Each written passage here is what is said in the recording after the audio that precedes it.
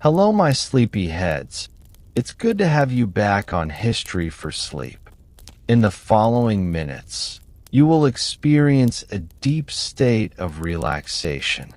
This story helps you to easily sleep through the night, so you can get up energized in the morning. Not only will you fall asleep faster, you will also get rid of disturbing thoughts. Listen to these history stories for at least 10 days for the best results. The longer you listen the video, the more likely you'll experience persistent and positive changes in the way you sleep. I wish you a great rest, and if you haven't already, we'd be very happy if you consider subscribing to the channel so you won't miss any new calming and relaxing history story. Tonight, we're going to slowly journey into the vast world of the Mongol Empire, a land of endless grasslands, felt-covered yurts, and galloping horses, where survival depended on the strength of the tribe, the mercy of the steppe, and the will of powerful khans. Over the next couple of hours, we'll imagine what a single day might have been like for the ordinary people who lived beneath this empire's wide skies.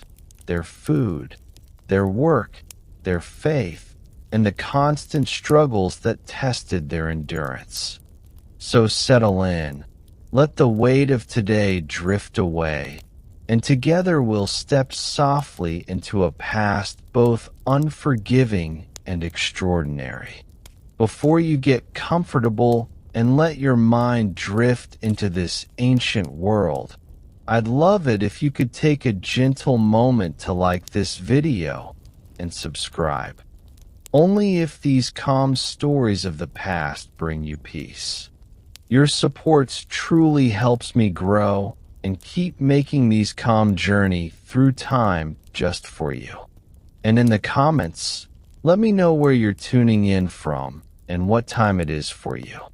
It's always so wonderful to see our little community listening together from all corners of the world, quietly sharing these stories across space and time. So, settle in, take a slow breath, and let us step softly into the land of the Nile, where each sunrise and sunset tells a story of life, survival, and human resilience. Now let's begin. The first thing you would notice, waking in the Mongol steppe, is not silence but the subtle murmur of life that stirs before the sun has even crested the horizon. Inside the yurt, the round, felt-covered dwelling of the nomads, the air is heavy with warmth, smoke, and the faint sour tang of fermented milk. The yurt itself is simple yet ingenious. Wooden lattice walls curved into a circle, covered with thick wool felt to keep out the biting winds. It smells of wool, smoke, and animals, for in this world, no line separates humans from their herds. Outside, the endless grasslands stretch in every direction, a boundless sea of green and gold that seems to swallow the earth. To a stranger, it would feel both breathtaking and unsettling. This sense of infinite space, where no mountain, no forest, no city wall breaks the horizon. And yet, for the Mongols, this openness was home, a place where horses, sheep, goats, and camels provided everything necessary for life. The day begins not with luxury, but with labor, and from the moment you open your eyes, survival demands attention. The fire at the center of the yurt has burned low through the night, leaving only glowing embers beneath a blackened pot. A woman, perhaps the matriarch of the family, rises before anyone else, pulling on her thick felt boots and furs. She moves quietly, but with purpose, adding dung to the fire to coax the embers back to life. Dung, collected carefully from livestock, is the only reliable fuel on the treeless steppe, and its smoke fills the yurt with a pungent yet familiar scent. Soon the pot is bubbling, filled with a mixture of water and dried meat, perhaps the beginnings of a morning broth. Children stir beneath sheepskins, their hair tousled, their cheeks ruddy from the chill.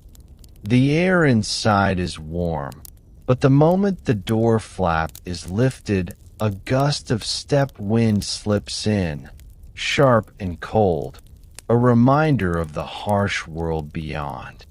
The yurt, for all its warmth, is not permanent. It can be dismantled and carried on carts within an hour, for mobility is the lifeblood of these people. A settled home would mean starvation, for the grasslands demand movement. Stepping outside the yurt, you would be struck by the vastness of the world. The steppe rolls endlessly in every direction, dotted only by the dark forms of grazing animals and the low clusters of yurts belonging to neighboring families. The wind whistles constantly, bending the grasses and carrying with it the cries of birds. The air is thin and sharp, so unlike the enclosed comfort of modern homes. The sun is still low, casting long shadows, and the dew clings to the grass, wetting boots and hems. Horses snort and stamp their hooves as they wait to be milked or ridden. Goats bleat, sheep cluster together, and the camels, taller and more imposing, stand silently, their great eyes watching the movements of the camp. Life here is inseparable from these creatures.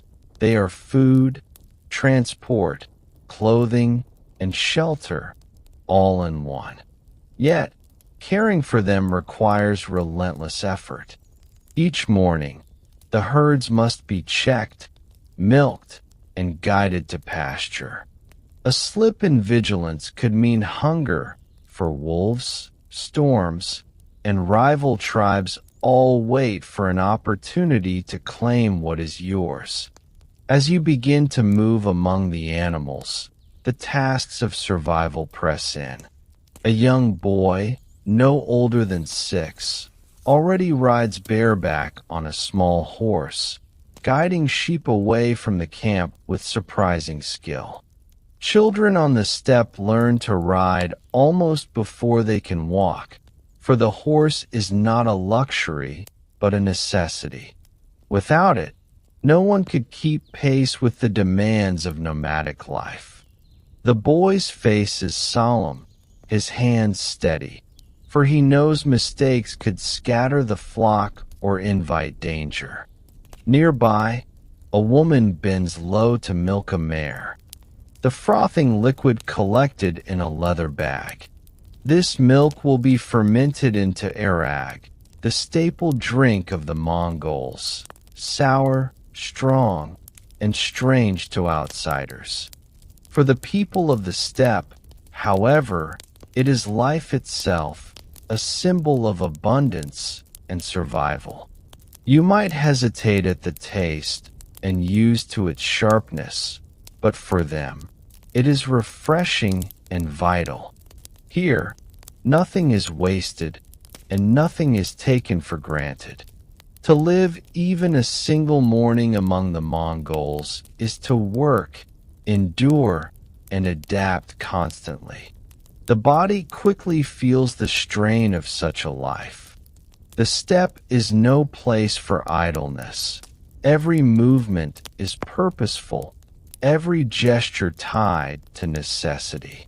You notice how callous the hands of even young children are, hardened by ropes, reins, and tools. The air, though fresh, is unrelenting, dry in summer, freezing in winter, carrying dust that stings the eyes. Even as the sun climbs higher, the warmth is fleeting, easily chased away by a sudden gust of wind. The people here are dressed in thick layers of wool and fur, boots made from hide, and belts hung with knives or tools. These are not adornments, but essentials, each piece of clothing serving to guard against the elements. You, a visitor from another world, would already feel fatigue tugging at your limbs, a craving for comfort these people do not know. For them, endurance is not heroic, it is simply life. To falter, to rest too long, is to risk being left behind, and on the steppe, those who are left behind rarely survive. Back inside the yurt, the morning meal is prepared. It is not varied, nor is it designed for pleasure. It is food for strength, for fuel. A thin broth of mutton, salty and oily, fills wooden bowls. Dried curds, called arrowel, are passed around, their texture hard and their taste sour to the unaccustomed tongue. The fermented mare's milk, already bubbling from the morning milking, is poured into leather flasks, ready to be drunk throughout the day.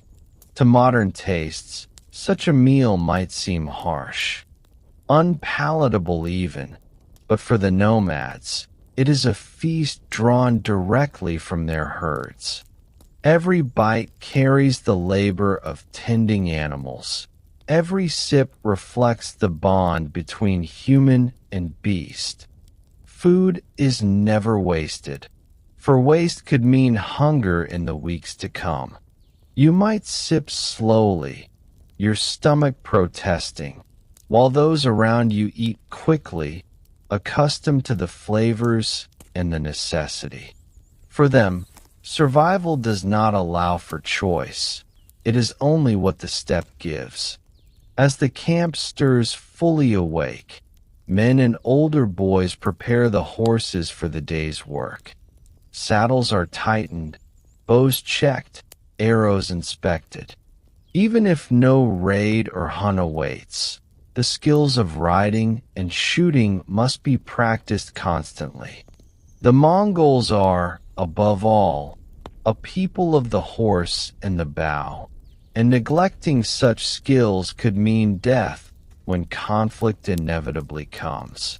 You might try to lift a bow, marveling at its strength, only to realize how much muscle is required to draw it.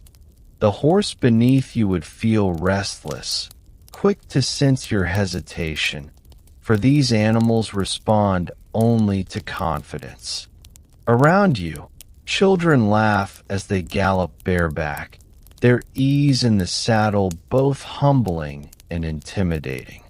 For them, this is play and practice all at once. For you, the very idea of keeping up would be exhausting. On the steppe, weakness is quickly revealed, and even the ordinary rhythm of the morning demands strength and resilience. The sun climbs higher, brightening the vast grasslands, yet the land remains austere and demanding.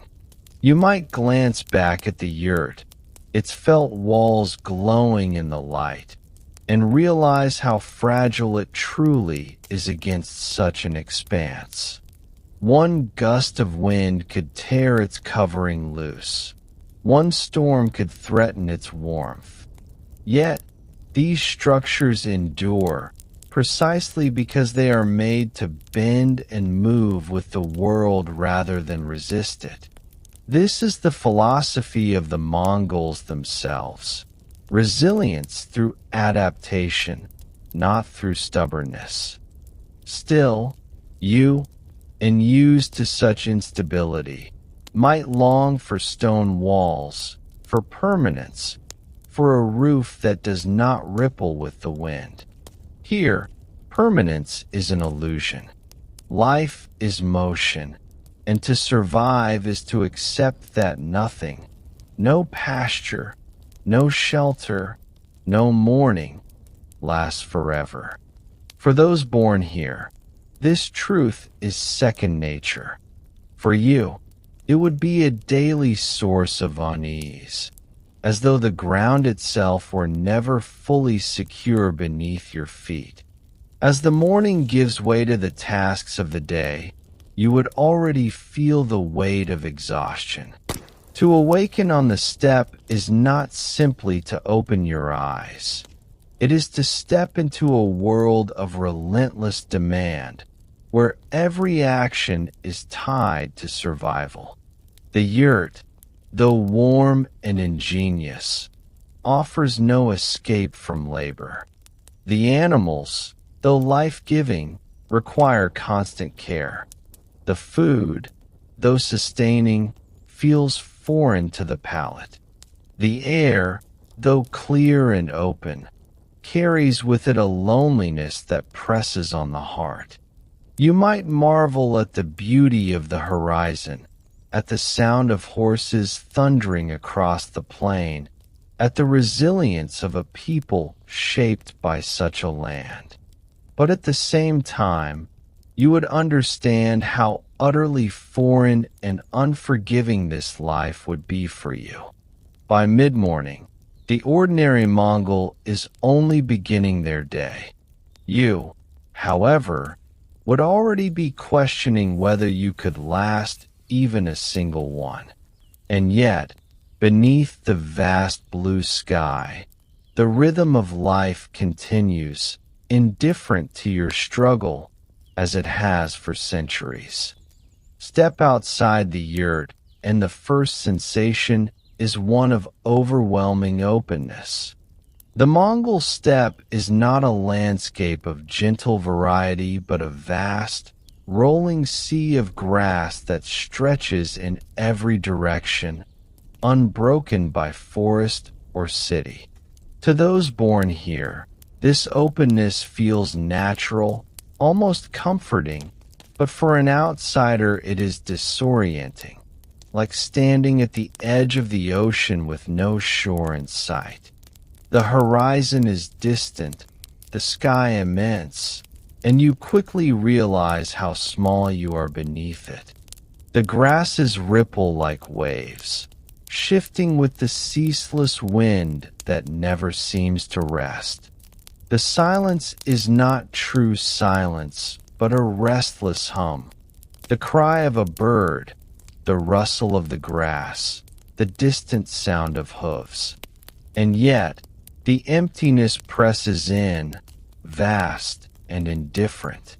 In such a place, there is no corner to hide in, no sheltering tree, no hill to block the view.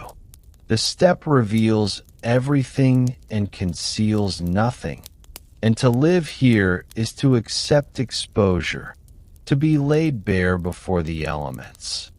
It is a land that demands strength, not softness, from anyone who dares to cross it.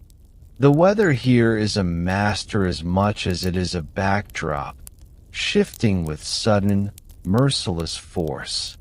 Summers blaze with fierce heat. The grass is dry and brittle beneath the relentless sun. You might think of open plains as gentle meadows, but here the sun beats down with such intensity that the earth itself cracks, and thirst becomes a constant enemy. Winters, however, arrive with equal cruelty. Temperatures plummeting far below freezing, winds scouring the land with icy knives. Snow covers the grass, and animals paw desperately at the ground in search of food. In spring, storms sweep across the horizon with thunder and rain so sudden they can drown a man on horseback, while in autumn the air grows sharp. dust rising in swirls that sting the eyes and choke the breath. There is no gentle season, no moment of balance. Life is always lived at the extremes. A visitor might expect respite, but the steppe offers none.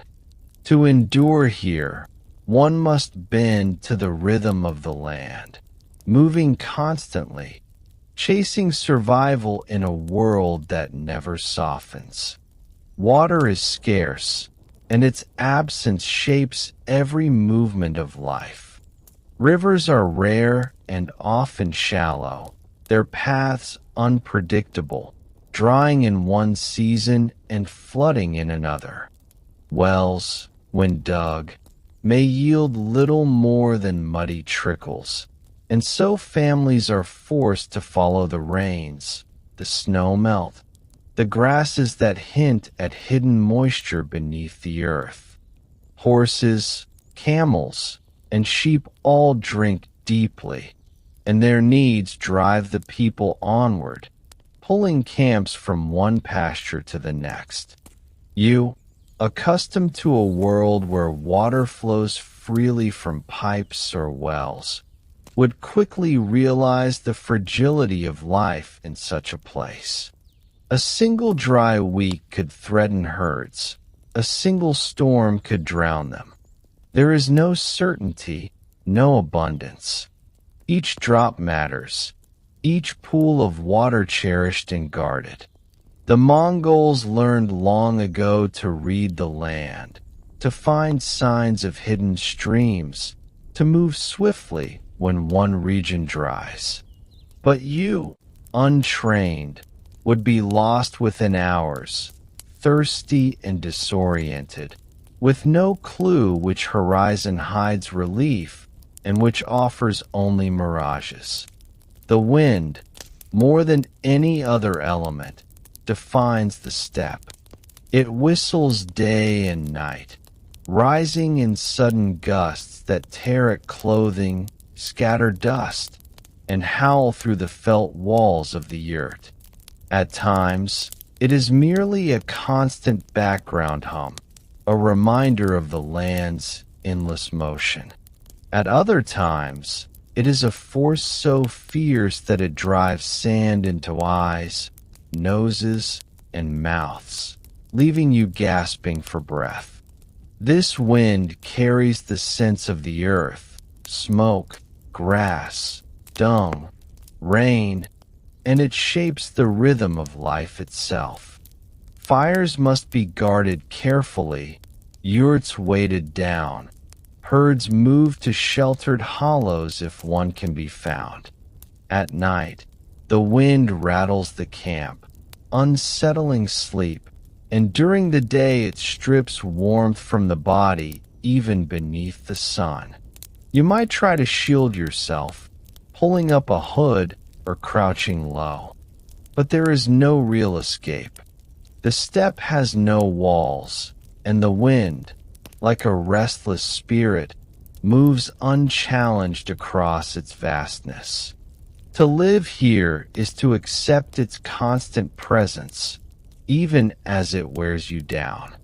The openness of the land is both freedom and danger. Without forests or cliffs to shield you, every movement can be seen from miles away. This is what made the Mongols such masters of war. They could track enemies across the grasslands, their horses carrying them swiftly to strike before their foes even knew they were coming. But for the ordinary herder, this openness means constant vigilance.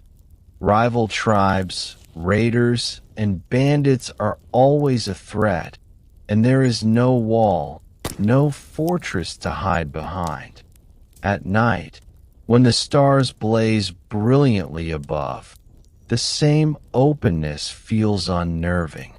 Every sound carries, and the possibility of strangers approaching under the cover of darkness lingers like a shadow. For you, unaccustomed to such exposure, It would feel like sleeping without doors or windows, utterly vulnerable. The vastness that inspires awe by day transforms into unease by night, when the horizon no longer protects but threatens. On the steppe, safety is an illusion, always temporary, always fragile.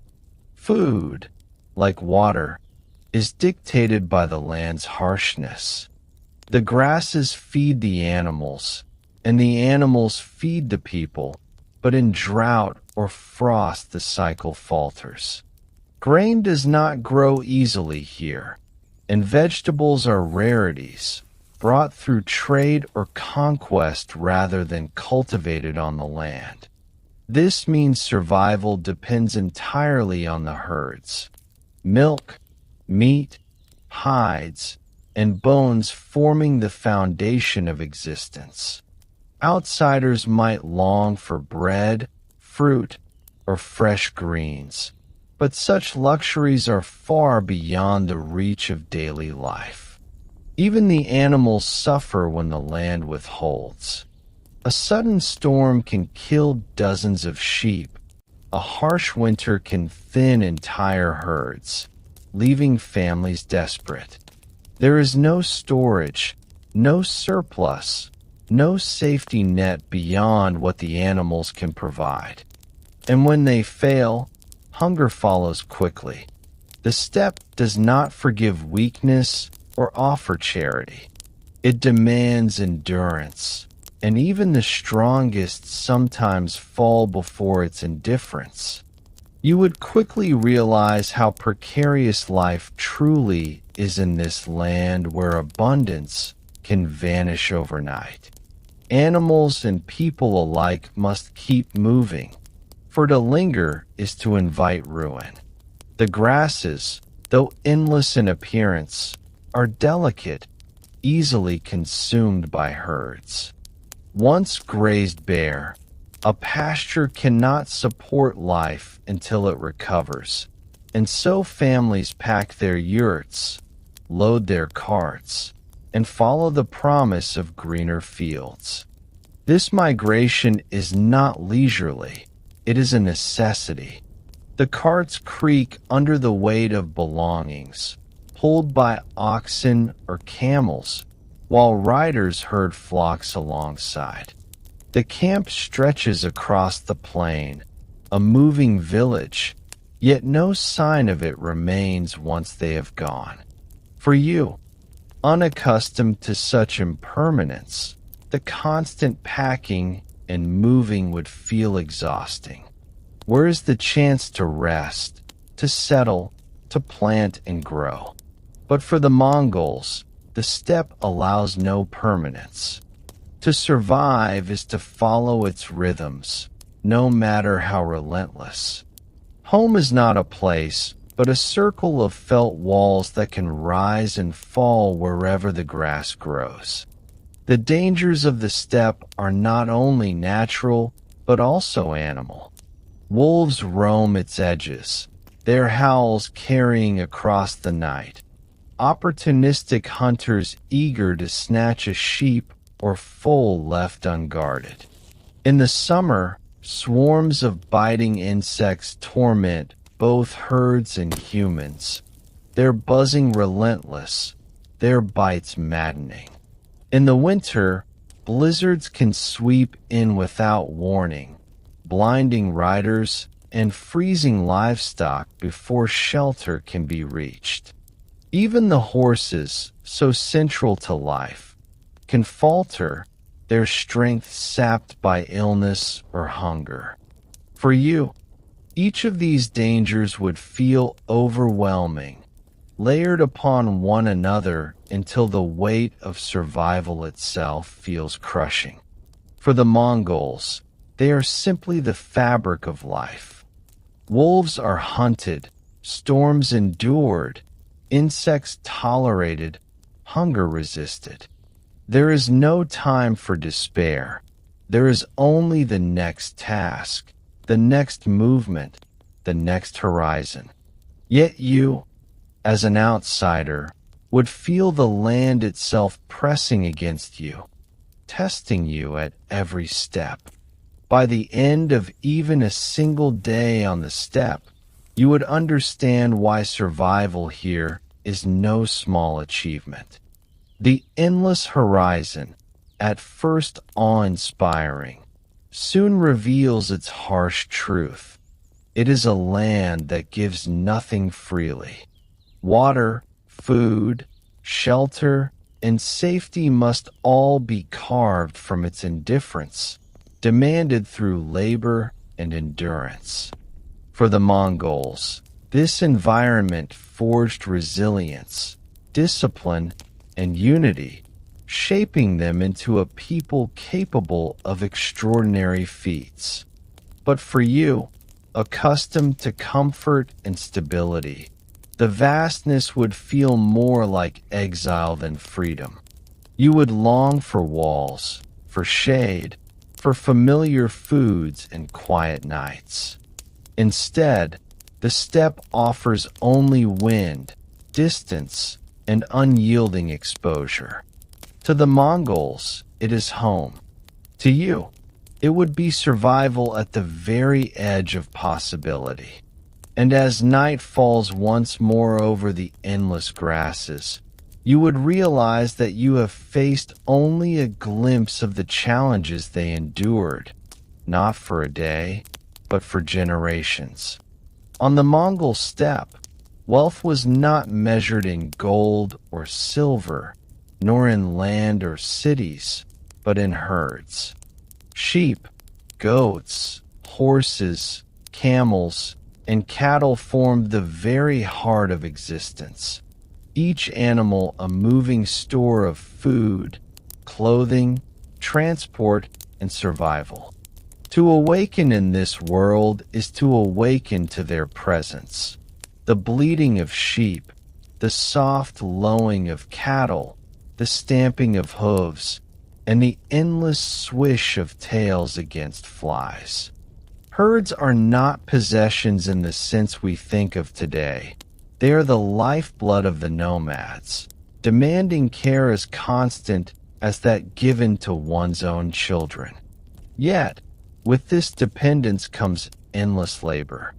From the moment the sun rises, animals must be milked, guided, protected, and watched. For a single day of neglect can bring disaster. You, as a visitor, might imagine livestock as a quaint backdrop, a pastoral scene. But here on the steppe, the herds are both sustenance and burden, fragile against predators, weather, and disease. To live among the Mongols is to be tied to these creatures, body and soul, with every breath of survival bound to theirs. Sheep and goats, though small, require endless attention. Each morning, they must be driven to new pastures, kept together as a flock, and guarded against wandering too far. Children, some barely tall enough to see above the grasses, ride ponies alongside the herds, calling out in sharp voices, waving whips or sticks to guide the animals. To outsiders, it may seem a heavy responsibility for such young shoulders, but here, childhood is brief and necessity swift. Even a 6-year-old might ride alone, watching over dozens of animals with a seriousness far beyond their years. The sheep provide milk, meat, and wool, while the goats offer skins and hardy resilience. To lose even a few is to feel the strain of scarcity. The work of tending them is not glamorous. It is dusty, repetitive, and exhausting. Yet without it, the family would not eat, would not clothe themselves, would not endure the long winters. You, untrained, would find the task overwhelming, the constant motion of the animals confusing, the responsibility unbearable. For the Mongols, however, it is as natural as breathing. The horses, more than any other creature, carry the spirit of the Mongol people. From the smallest foal to the seasoned war steed, each animal is cherished and relied upon. Horses provide transport across the endless plains, their speed and endurance unmatched. Their milk, especially from mares, is turned into arag, the sour, frothy drink that fuels life on the steppe. Their very presence is woven into song, story, and ritual. Yet caring for them is not easy. Foals must be monitored, mares milked, herds driven constantly to fresh grass. At dawn, young boys leap onto bareback ponies, galloping out to gather the herds from where they wandered overnight. The horses are hardy, able to withstand bitter cold and sparse grazing, but they are not invincible. A sudden illness can cripple an entire herd. A harsh storm can leave dozens dead. You, unskilled in the art of riding, might struggle even to mount one, let alone guide it at a gallop. The Mongols, however, seem born to the saddle, their bodies molded by years of motion. For them, life without horses is unthinkable. For you, mastering one would feel impossible in a single day. Camels, though less numerous, are treasures of endurance in this harsh environment. Towering and stoic, they carry heavy loads across long migrations, their padded feet leaving soft prints in the grass. They can go days without water, making them invaluable for travel and dry seasons. Their wool provides warmth, their milk nourishment, and their presence a kind of stability when horses tire or sheep falter. But camels, with their stubborn natures, require patience and strength. They spit, kick, and resist if handled poorly, and an outsider's hesitation would only invite their disdain. To load them with the family's belongings, yurts, tools, food supplies, takes skill and balance, for a poorly packed camel may throw its burden to the ground in protest. Watching a Mongol handle a camel is to see calm mastery, a blend of firmness and respect. You, unused to their size and temperament, would likely find them intimidating, their deep groans unsettling. Yet for the nomads, they are trusted companions, able to carry a world upon their backs. Without them, the long migrations across the steppe would be all but impossible. Each day's rhythm revolves around the needs of the herds. At dawn, the animals are counted, milked, and led to pasture. Through midday, they graze under watchful eyes, while their guardians ride alongside, shifting them gently from one patch of grass to another. By evening, they are returned to camp, pinned near the yurts for safety. The process repeats endlessly, a cycle that leaves little room for leisure. Rain or shine, heat or cold, the animals must be tended. To falter even briefly invites disaster. Predators snatching lambs, rival raiders stealing horses, storms scattering the flocks. You might imagine that such routines become monotonous, yet for the Mongols, they are a dance of survival. Every hoofbeat, every bleat, every swish of a tail is part of the music of daily life. To you, and used to such demands, the labor would soon feel crushing, an endless cycle with no reprieve. But for those who have lived it since birth, the rhythm is as natural as the rising sun. Milking is one of the most vital and laborious tasks, repeated morning and evening without fail. Sheep, goats, and mares all provide milk, but each requires a different technique, a different kind of patience. Sheep squirm, goats kick, mares refuse unless their foals are nearby. The milk, once collected, is never wasted. It becomes yogurt, cheese, dried curds, or the ever-present arag. Each product has its place, each a way of preserving nourishment for leaner times. You, unskilled in the process, might find the work frustrating, the stubborn animals resisting your hands, the taste of the results strange to your tongue. Yet for the Mongols, these acts are as essential as breathing, learned from earliest childhood, perfected through repetition. The milk is not simply food. It is life distilled, the bounty of the herds turned into sustenance. To waste a drop would be unthinkable, an insult to both the animals and the family's survival. For you, the labor would feel endless. For them, it is simply the way of things.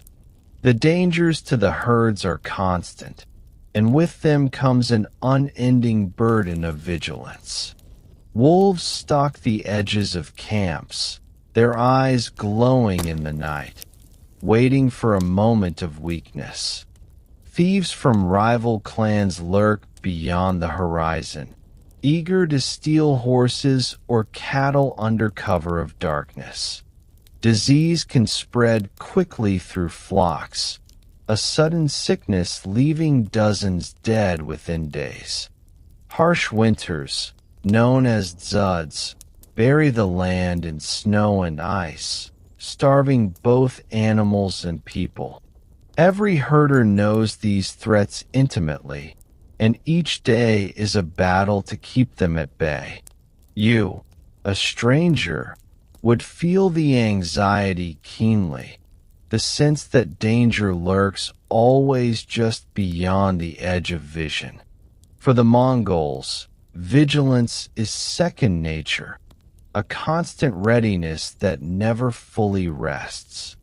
They know that without their herds, they are nothing, stripped of food, clothing, and survival itself.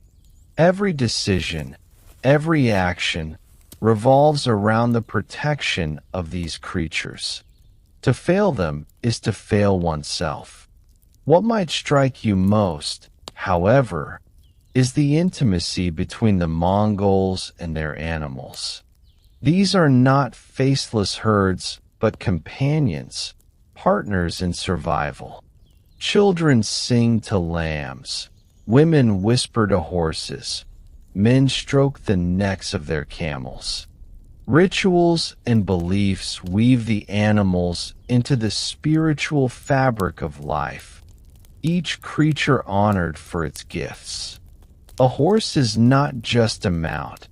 It is a friend, a warrior's brother, a singer's muse. Sheep and goats are not just food, but the threads that weave the warmth of winter coats, the skins that shelter the yurts. To an outsider, it might seem strange to place such reverence upon livestock. Yet here, where survival hinges so completely on their well-being, the bond is both practical and sacred. You, unaccustomed to such dependence, might struggle to understand this closeness. But for the Mongols, it is as natural as loving one's family. Their animals are their family, their lifeline, their world. By the close of the day, when the herds return and the sun sinks behind the horizon, the true weight of this life presses in. The herds are gathered, counted once more, and tethered close to the yurts. Fires glow, meals are prepared, and the camp settles into a quiet hum. Yet beneath this calm lies the constant awareness that tomorrow the labor begins again, and the day after, and the day after that. There is no pause, no escape from the needs of the animals. For the Mongols, this cycle is endurance, resilience, and identity. For you, it would feel unending, exhausting, impossible to sustain. By the end of even one day, your body would ache, your spirit sag under the weight of responsibility. Yet the Mongols rise each morning without complaint, for without their herds, there would be no life at all. And so, the rhythm continues, the endless struggle with livestock shaping every heartbeat of the steppe. As the day unfolds on the endless grasslands, one quickly realizes that the Mongol diet was born out of necessity rather than choice. Unlike the fertile farmlands of Europe or the river valleys of China, the steppe offered little in the way of crops or fresh produce. The horizon, though vast and beautiful, was not a place of rich fields or abundant orchards, but of rolling grass and grazing animals. These animals were the true lifeline of the Mongols. Their diet reflected this reality. Meat, milk, and fat were the staples, consumed in countless forms, and every part of an animal was put to use. For a modern visitor, accustomed to a variety of fruits, vegetables, breads, and spices, the sudden absence of such foods would feel jarring. Instead, survival on the steppe meant eating what the herds provided and finding nourishment in ways that outsiders might find difficult, if not impossible, to stomach. Milk was at the very center of the Mongol diet, but it was not just the fresh milk you might imagine from a cow on a modern farm. It came from mares, sheep, goats, and sometimes even camels. Mares milk was especially prized, and it was transformed into the most famous Mongol drink, arag, fermented mare's milk. This drink, slightly alcoholic, fizzy, and sour, was considered refreshing and full of strength for those used to it. For an outsider, however, the sharp, tangy taste could be overwhelming, even unpleasant. Arag was not only consumed as a drink, but also used in rituals, poured out to honor spirits or ancestors. Alongside it came other dairy products, clotted cream, dried curds, and cheeses, often hard and salty, designed to last long journeys. In the bitter cold of winter or the burning dryness of summer, these dairy foods sustained nomadic families, though their heaviness could be difficult for anyone unaccustomed to such richness. Meat was the second pillar of survival. Sheep and goats were the most common source, their meat boiled, roasted, or dried for preservation. Horses, though valued, were also eaten when necessary, particularly during hard winters or wartime marches. Every part of the animal was used, the fat, the organs, the marrow, even the blood. Nothing went to waste, because nothing could be spared in such a harsh environment. Meat was often cooked simply, boiled in large pots, sometimes flavored only with salt if it was available. Outsiders might find the taste plain, even harsh, but for the Mongols, It was a matter of fuel and endurance rather than indulgence. Large communal meals were common, with chunks of meat pulled apart and shared, hands greasy from the fat. In such meals, outsiders might feel overwhelmed, not only by the heaviness of the diet, but by the cultural weight of sharing food that was both scarce and sacred. Fat held a special importance. In a world of constant travel, hard labor, and punishing climates, fat was energy, warmth, and life itself. The Mongols valued the fattiest parts of the animal most of all, often offering them to honored guests or elders. For those unaccustomed, the sheer amount of animal fat in the diet could be unsettling. Imagine being handed a large, dripping portion of fatty mutton or a thick broth shimmering with grease. It would feel far removed from the lighter meals of modern kitchens. Yet, this was not gluttony, but survival. In the freezing winters of the steppe, when temperatures plummeted far below zero, fat kept the body warm and strong. It was stored and treasured, often preserved for times of scarcity. Outsiders might find such foods difficult to digest, but for the Mongols, refusing fat was almost unthinkable. It was an insult to hospitality and an act against survival. Vegetables, grains, and fruits were rare luxuries.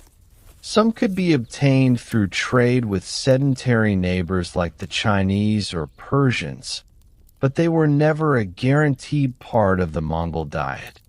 A modern traveler might long for a simple piece of bread, a fresh apple, or even a handful of rice, but such things were uncommon for the nomads of the steppe.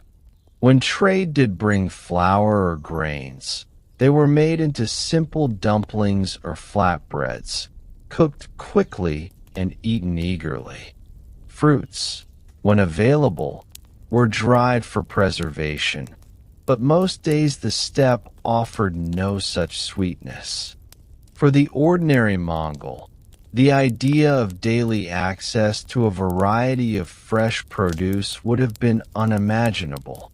For an outsider, this lack of balance in the diet, so heavy in protein and fat, so devoid of greens, would soon cause discomfort, both in body and spirit. Another striking feature of the Mongol diet was its sheer practicality. Food was not prepared for beauty or delicacy, but for sustenance. Pots of boiling meat hung over fires, bowls of broth were passed around, and dried curds could be carried on long journeys. Travelers often remarked on the toughness of Mongol foods, hard, chewy, and simple. Yet, they were perfectly adapted to the needs of a nomadic lifestyle. A pouch of dried curds, known as curet, could last months without spoiling and was sucked on for energy while riding across the grasslands. Broths were hearty and filling, often containing the marrow of bones for extra strength. Meals were quick, nourishing, and designed to keep a body moving, not lingering. For an outsider expecting flavor, variety, or refinement, these meals could feel stark, even bleak. But for the Mongols, food was never about luxury. It was about enduring the land that gave so little. Hospitality, however, softened the harshness of the diet.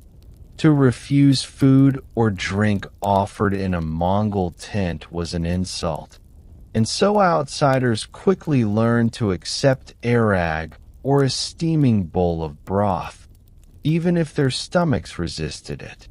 Sharing food was a sacred act, a bond between host and guessed. The first cup of arag might shock the tongue.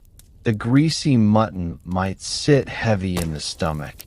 But to partake was to show respect and to be welcomed as a friend. This ritual of food was as important as the meal itself, and in this way, the Mongols showed warmth even amid scarcity.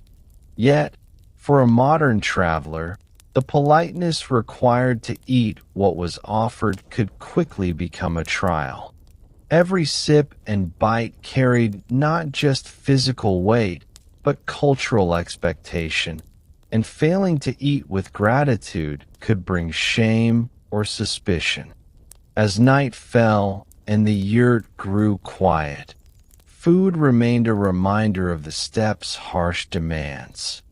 The body, filled with milk, meat, and fat, might feel heavy, longing for the freshness of fruits or the comfort of bread.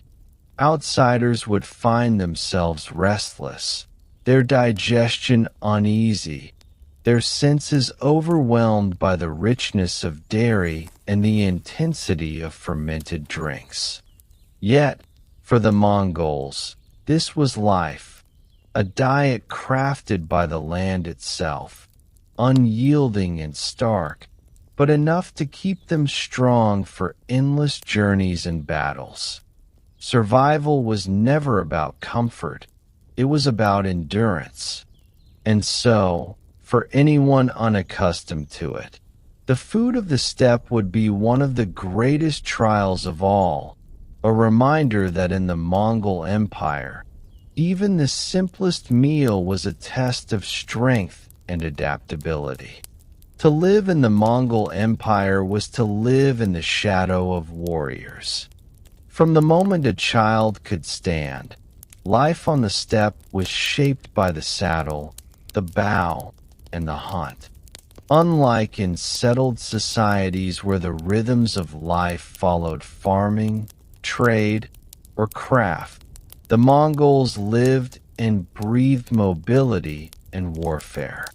The wide open land demanded skills of endurance and speed, and so even the youngest were taught to ride horses, to balance themselves on shifting backs, and to guide the animals across uneven ground. Training was not separate from life. It was life itself. Every journey was a lesson. Every chase after a stray sheep or go to rehearsal for the hunt or the battlefield. For an outsider suddenly dropped into this world, the physical strain would be immediate. For here, strength was not optional, and weakness was not tolerated. The bow was the weapon most closely tied to Mongol identity, and training with it began early.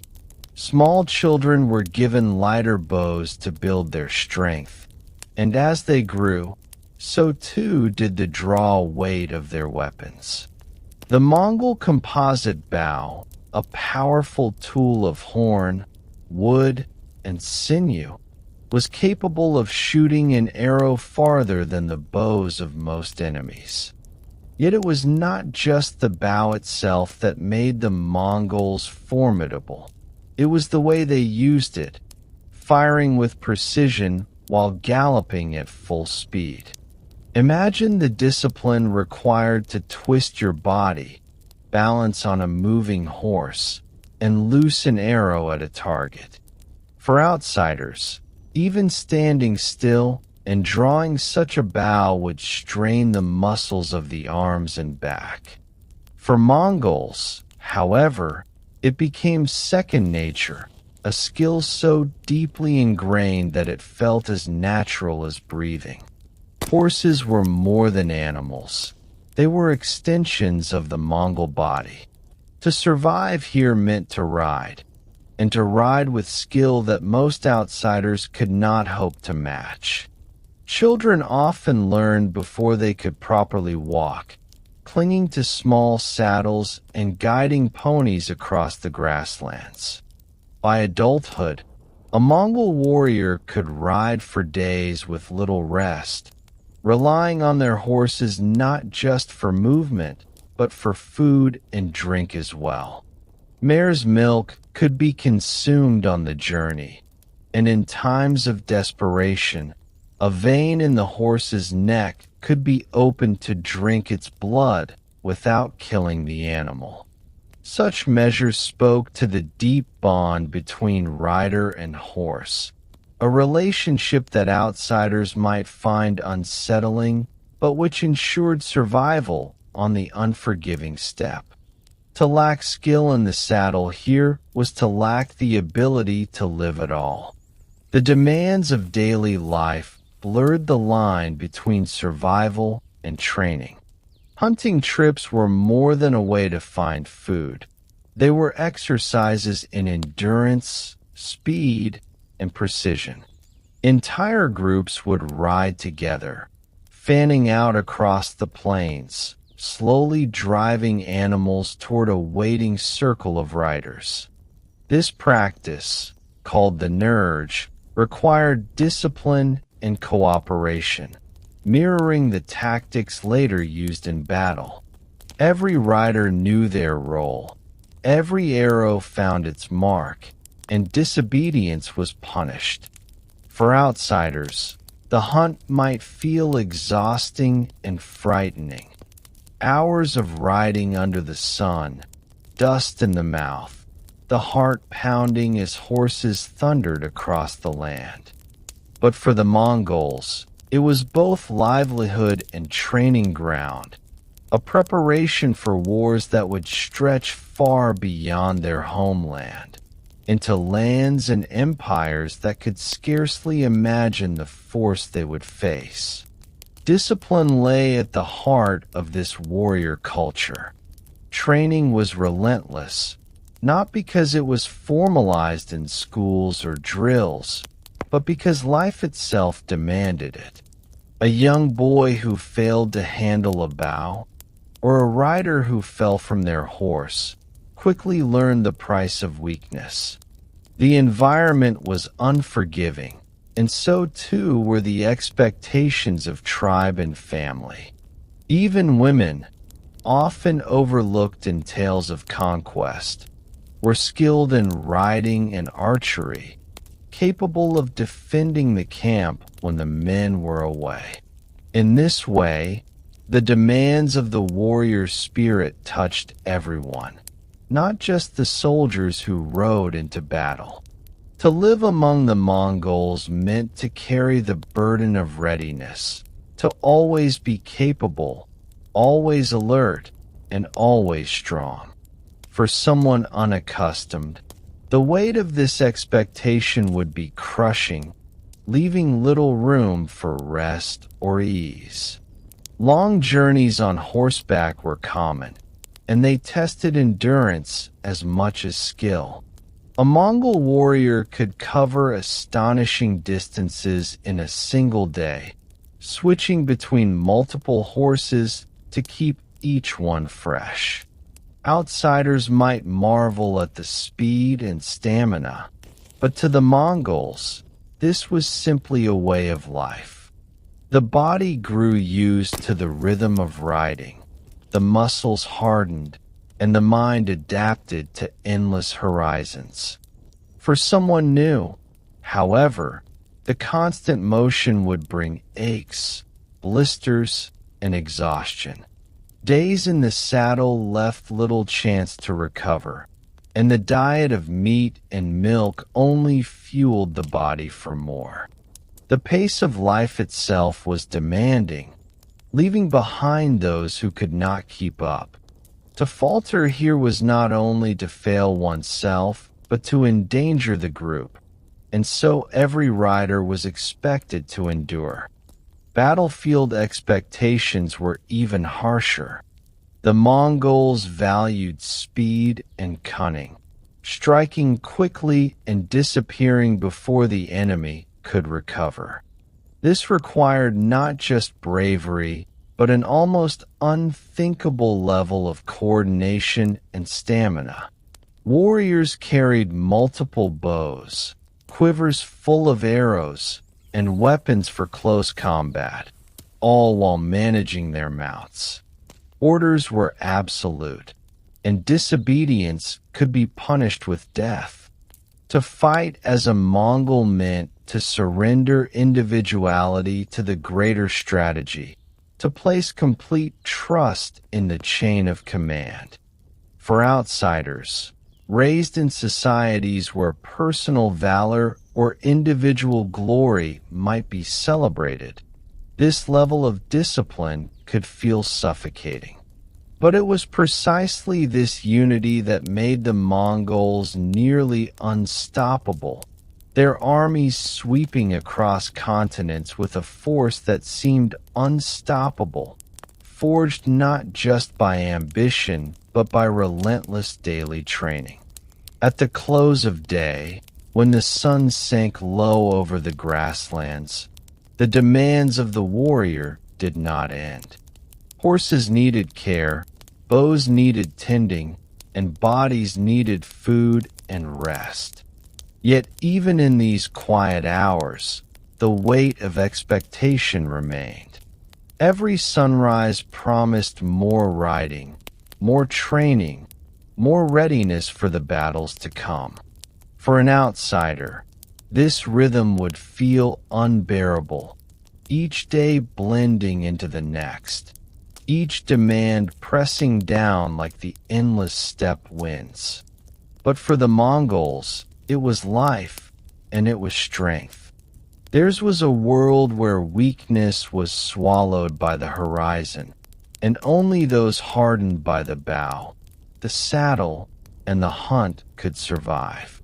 To wake among them was to step into a life of constant motion and unrelenting demand, a life where you would not last a single day. Life within the Mongol Empire was not shaped only by the vastness of the steppe or the demands of survival. It was also bound tightly by law. For all the freedoms suggested by the open grasslands, the Mongols lived under a code that demanded strict obedience and punished failure with terrifying swiftness. This code, remembered as the Yassa, is often described as a set of decrees laid down by Genghis Khan himself. Whether all of it was ever formally written or not mattered little. It lived in memory, in expectation, and in fear. To live under the Yassa was to understand that disobedience, theft, betrayal, or cowardice could end your life in an instant. For a modern outsider, the sheer weight of this discipline would be almost unbearable, for the line between survival and punishment was thin, and mistakes were not forgiven lightly. Theft was considered one of the gravest crimes, and the punishment was often death. In a society where every horse, every weapon, and every piece of livestock meant survival, stealing was not just an insult. It was an attack on life itself. Even taking something as small as a handful of food could provoke harsh consequences. Imagine the fear of living in a camp where one careless action, one lapse in judgment, could see you dragged before elders or commanders, accused of dishonor. There were no long trials, no slow debates. Justice was swift and severe, designed to keep order among people constantly on the move. For outsiders accustomed to leniency or appeals, this unbending severity would feel shocking, as though the air itself carried judgment, always pressing close, always ready to fall. Loyalty, too, was demanded without question. To betray one's leader, one's family, or one's tribe was unthinkable, and the punishment reflected this. Entire families could be punished for the disobedience of one member, a harsh reminder that individual actions carried communal consequences. This sense of collective responsibility created a society where obedience was not only expected, but enforced through fear of endangering those you loved.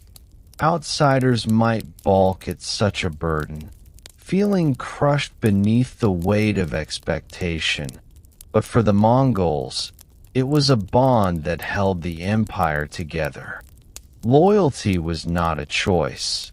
It was life itself, a thread woven through every interaction, every promise, and every oath. Military discipline was especially harsh. Soldiers who abandoned their post, disobeyed orders, or displayed cowardice could be executed immediately. In the tightly coordinated movements of a Mongol army, where thousands of riders acted as one, there was no room for hesitation. Orders were sacred, strategy was supreme, and the life of the army depended on discipline. For outsiders, used to imagining battle as a place of personal bravery, the Mongol approach might feel cold, even suffocating. Here, courage meant obedience, and survival depended on never faltering. Imagine riding across the endless steppe, the wind in your face, the dust in your mouth, and knowing that any failure, any mistake, would not be forgiven by your leaders. The pressure was immense, but it forged warriors as unyielding as the land itself. There were also rules surrounding hospitality and respect. To insult a guest, to refuse food or drink offered, or to act rudely within another's yurt could lead to punishment. In a world where alliances were fragile and survival often depended on generosity, hospitality was sacred. Outsiders who did not understand these customs risked more than social embarrassment. They risked angering their hosts in ways that could have serious consequences. Imagine being offered a bowl of fermented mare's milk, its sourness making your stomach twist, and knowing that to refuse it would be a grave insult. Even in such seemingly small matters, law and expectation pressed close, reminding everyone that survival was tied not only to strength but to respect and order. The Yassa also reflected the spiritual beliefs of the Mongols. Certain acts were forbidden not only because they disrupted order, but because they were thought to offend the spirits or the ancestors. To step on the threshold of a yurt, to pollute a water source, or to show disrespect for the sacred fire could bring swift and severe punishment. For outsiders, these customs could be bewildering, even invisible, yet to ignore them was dangerous. Imagine entering a home, misplacing a step, and suddenly finding yourself accused of disrespecting not just your hosts, but the very spirits that guarded the community. Here, law, custom, and faith were tightly bound, each reinforcing the other, each reminding those who lived under the wide sky that the world was ruled by both human hands and unseen powers. Fear was not an accident of this system. It was its purpose. The harshness of the law was designed to create unity among people who might otherwise splinter into rival tribes. The vastness of the steppe bred independence, but the law bound that independence into discipline. For outsiders, the constant weight of this fear might feel suffocating, an unending vigilance where one's words, actions, and even thoughts had to be measured. Yet for the Mongols, this fear was also a form of strength. It created order where chaos might have reigned, loyalty where betrayal might have destroyed them. Under the rule of the Yassa, the Mongols became a force not only of endurance, but of terrifying unity, able to sweep across continents with an iron discipline that astonished and frightened their enemies. At night, when the camp grew still and the stars filled the endless sky, this sense of order lingered. The quiet was not only the silence of the steppe, but the silence of a people bound by law, by fear, and by loyalty. Outsiders might lie awake, the weight of the day pressing on their chest, wondering if some small misstep had marked them for punishment. Yet for the Mongols, this order was comfort. It was the framework that held their world together, the unseen structure beneath their daily lives. To live here was to accept the demands of discipline, the certainty of swift justice, and the constant reminder that survival depended not only on strength, but on obedience. For anyone unaccustomed, it would be unbearable. The laws of the Mongols were as vast and unyielding as the steppe itself, and under their shadow, no mistake went unnoticed and no weakness went unpunished. As the sun dipped below the horizon and the vast grasslands turned shades of gold and shadow, the Mongols turned not only to their fires and families, but to the unseen world around them. Life on the steppe was never just about herding, riding, and survival. It was deeply intertwined with belief. Every gust of wind, every call of a bird, every sudden storm seemed to carry a message from the spirits. For people who lived beneath a sky so open and unbroken, the heavens were alive with meaning. Shamans, respected as guides between the human world and the spirit realm, were often consulted to read omens or perform rituals of protection. Outsiders might dismiss such practices as superstition, but for the Mongols, these beliefs were as real as the earth beneath their feet, and ignoring them could invite misfortune or disaster. Shamanism formed the heart of Mongol spirituality. Shamans acted as healers, mediators, and interpreters of the will of spirits and ancestors. They used drums, chants, and firelight to enter trances, traveling in spirit to seek answers or guidance. If a child fell sick, a shaman might be called to drive away the malevolent forces thought to cause the illness. If herds wandered or weather threatened, the shaman's voice was sought to calm fears. Imagine sitting in a smoky yurt, the rhythmic beat of a drum echoing like a heartbeat, while shadows flickered across felt walls. To the Mongols, this was not performance, but sacred connection. For an outsider, such rituals might feel strange or unsettling, but here, they were woven into the fabric of daily life, inseparable from survival itself. The natural world was alive with spirits. Mountains, rivers, and even patches of earth were thought to be guarded by unseen powers, and showing respect was essential. Travelers would pour out offerings of milk or arag before setting out, asking for safe passage. Fires were never to be polluted with waste, for they were sacred, a link between humanity and the heavens. Even the act of stepping on a yurt's threshold was considered disrespectful, as if crossing into a family's spiritual space without permission. For outsiders, these rules could feel invisible, easy to overlook in a world already filled with hardships.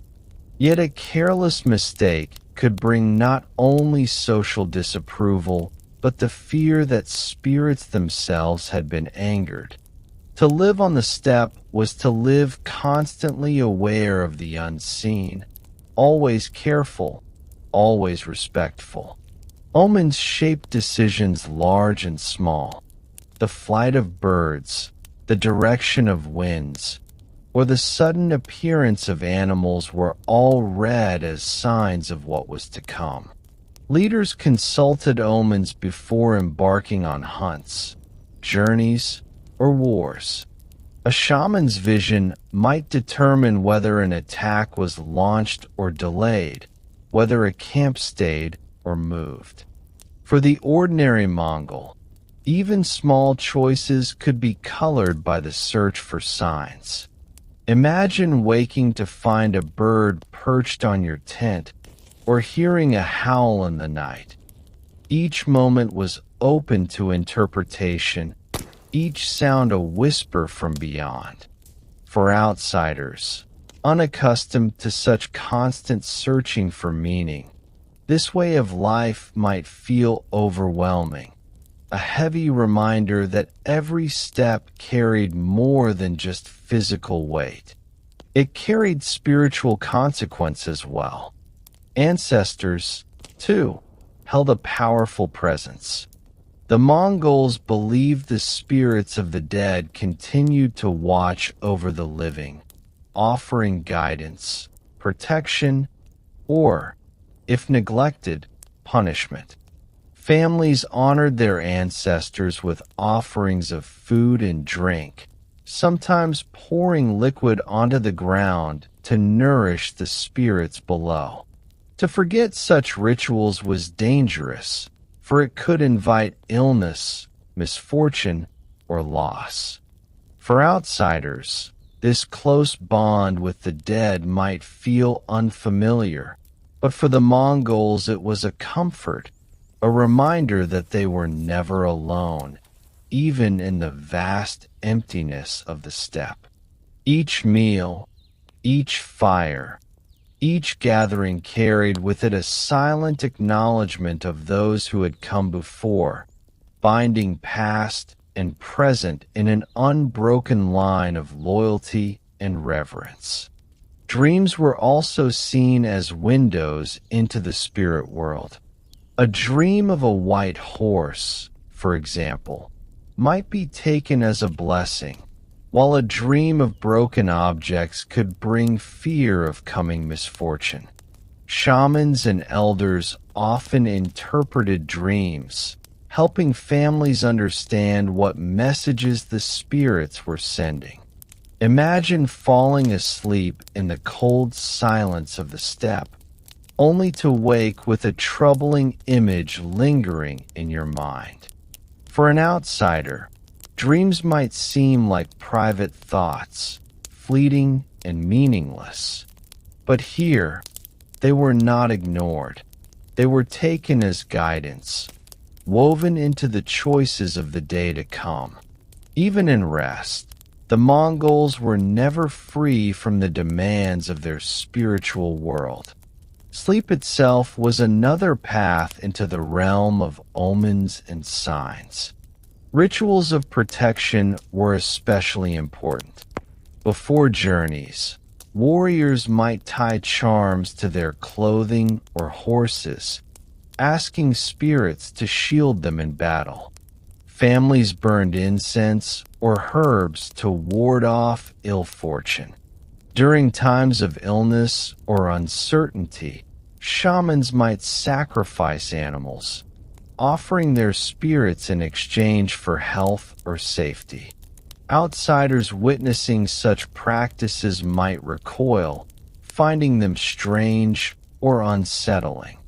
Yet for the Mongols, these rituals were not optional. The world was filled with unseen dangers.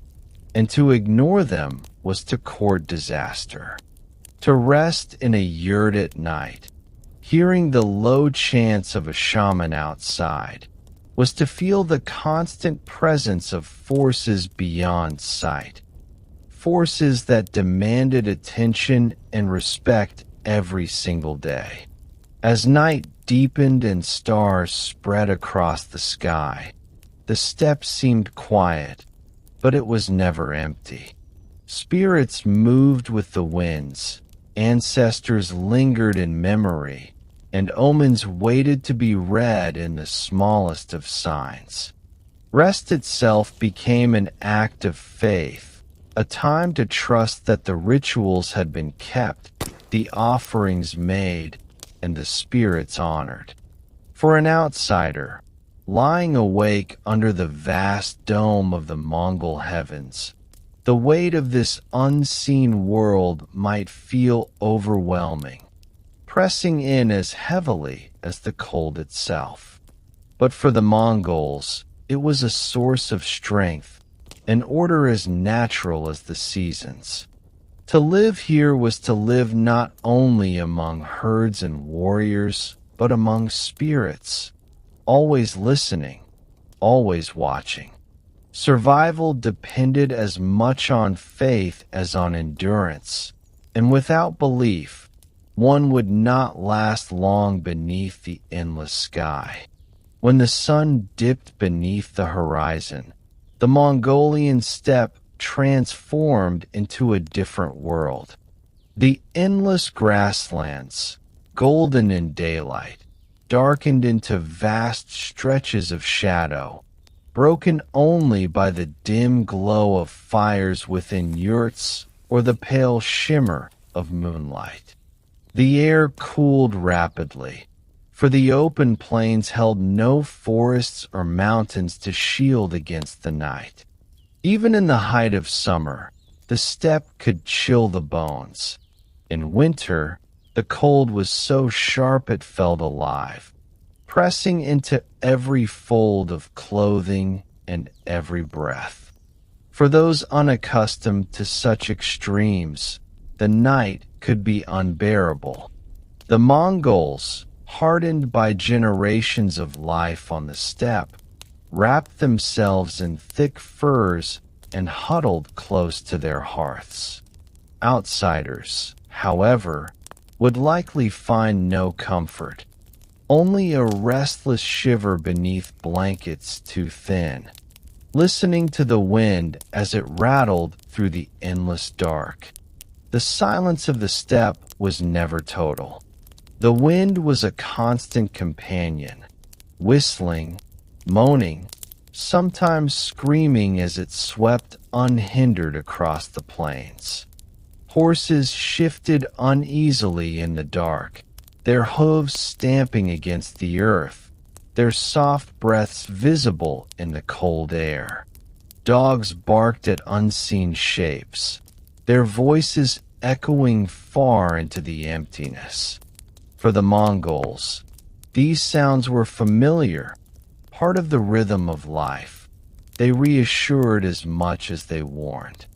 But to an outsider, lying awake in the darkness, the noises might blur into something menacing, a reminder that the night was vast and alive with movement. The steppe seemed to whisper secrets that could never be fully understood, secrets that weighed heavily on the heart of one and used to its endless reach. Darkness on the steppe was not just a backdrop, it was a danger in itself. Without the lights of towns or cities, the land fell into near-complete shadow, lit only by stars and the moon. The Mongols, with their deep familiarity with this world, could navigate by constellations, recognizing paths invisible to the untrained eye. Outsiders would be helpless, blinded by the immensity of the night. To leave the safety of a camp after dusk was to invite peril, the risk of becoming lost, of stumbling into predators, or of encountering raiders who moved silently beneath the cover of darkness. It was a world where one's only shield was knowledge and belonging, and without these, the darkness became suffocating, filled with unseen threats pressing in from every side. Predators lurked in the shadows. Wolves were a constant danger, their howls cutting across the night, chilling and mournful. In hard winters, hungry packs might circle camps, testing the defenses, bold enough to snatch livestock if vigilance wavered. Bears, too, roamed in certain regions, and even smaller creatures, foxes, weasels, or steppe eagles, could make survival difficult by stealing food or attacking animals. The Mongols knew how to guard against these dangers, setting their dogs as sentinels, keeping fires alive, and sleeping lightly. But for someone unfamiliar with such threats, the sounds alone could be paralyzing. Imagine lying awake in a felt tent, hearing a distant howl grow closer, not knowing if it was a single wolf or a hungry pack. The darkness pressed in, and the knowledge that danger was never far away made every night a test of endurance.